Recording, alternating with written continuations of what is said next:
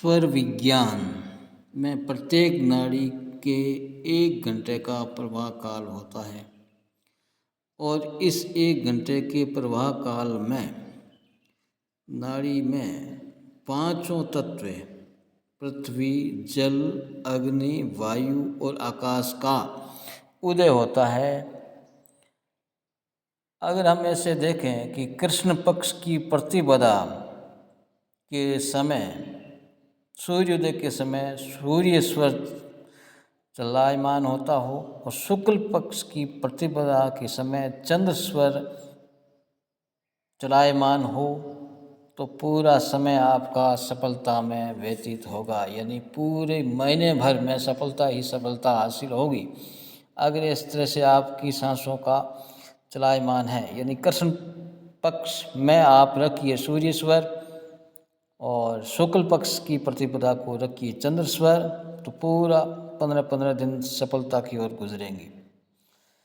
इस तरह से स्वर के संचालन का ज्ञान होने पर आप अपने जीवन में सफलता हासिल करने का मौका स्वर विज्ञान से प्राप्त कर सकते हैं।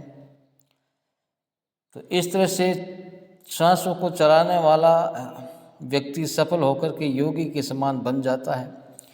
सूर्य नाड़ी के द्वारा प्राण ऊर्जा को नियंत्रित किया जाता है, यानी सूर्य प्राण ऊर्जा का प्रतीक माना गया है। चंद्र नाड़ी द्वारा मन को नियंत्रित किया जाता है, यानी चंद्रमा मन का प्रतीक होता है। उस हिसाब से हमारे कार्य विभाजन किया गया है, यानी मन से संबंधित जो कार्य होते हैं वो चंद्र स्वर में, और जो सूर्य की भांति ओज या तप या तेज से युक्त कार्य होते हैं वो सूर्य स्वर में करने चाहिए। अब देखिए, शुक्ल पक्ष में विशेषकर सोमवार, बुधवार, गुरुवार, शुक्रवार को चंद्र स्वर का प्रवाह काल होता हो और उस काल में आप जो भी कार्य करेंगे आपको उसमें सफलता मिलेगी, यानी जो कार्य स्थायी हो चाहे अस्थायी हो, इन बार और पक्ष में जो काम किया है उसमें आपको सफलता मिलेगी। कृष्ण पक्ष को रविवार, मंगलवार, शनिवार को सूर्य नाड़ी के अंदर अगर आप अस्थायी कार्य करते हो तो उन अस्थायी कार्यों का परिणाम आप सफलता की ओर ही होगा। चंद्रमा का संबंध पूर्व और उत्तर दिशा से है और सूर्य का संबंध दक्षिण पश्चिम दिशा से है। अतएव सूर्य स्वर में आपको दक्षिण पश्चिम तथा चंद्र स्वर में उत्तर पूर्व दिशा की ओर यात्रा नहीं करनी चाहिए। अगर इन दिशा में जाना है तो उसके अनुसार स्वर का बदलाव कर लेना चाहिए। स्वर के अनुसार यात्रा करने पर सफलता मिलेगी। तो इस तरह से अपने स्वर को पहचानो। स्वर के माध्यम से आप कोई यात्रा करते हैं, स्वर के माध्यम से कोई कार्य करते हैं, तो आप पहचान लीजिए कि कौन सा स्वर चलता है, उसके अनुसार ही आपको सफलता और असफलता मिल सकती है। यानी प्रत्येक समस्या का समाधान आपके इन स्वर यानी सांसों में निहित होता है, आपके अवचेतन मन में निहित होता है। वह अवचेतन मन आपको सांसों के माध्यम से ये बता देता है कि आपको इस कार्य में सफलता मिलेगी या आपको असफलता प्राप्त होगी।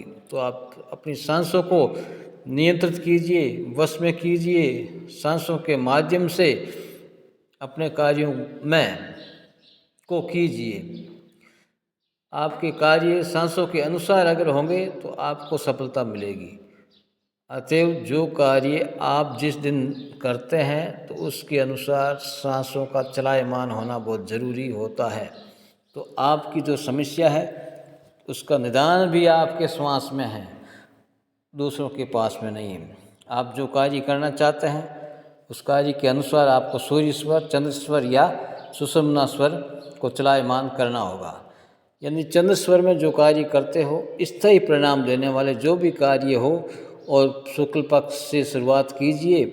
उस समय आप कार्य करते समय श्वास को ग्रहण कीजिए, खींच करके अंदर, फिर रोकिए, फिर अपने उस काम की इच्छा कीजिए, फिर उस काम की शुरुआत कीजिए, आपको सफलता मिलेगी। अगर आपको कृष्ण पक्ष में है तो आपको, और ऐसे ही कार्य के लिए है तो आपको सूर्य स्वर में काम करना चाहिए, सफलता मिलेगी। तो आपकी सफलता और असफलता के संबंध में ये आपकी सांसों में ही निहित है भाव, उनको पहचानो और सफल बनो। सफल बनना ही आपके जीवन का ध्येय है। तो जीवन में सफल बनने के लिए अपनी समस्याओं के समाधान को रोक प्राप्त करने के लिए सांसों को पहचानिए, आपके स्वर को पहचानिए। 3 स्वर जो आपके जीवन के अनमोल है।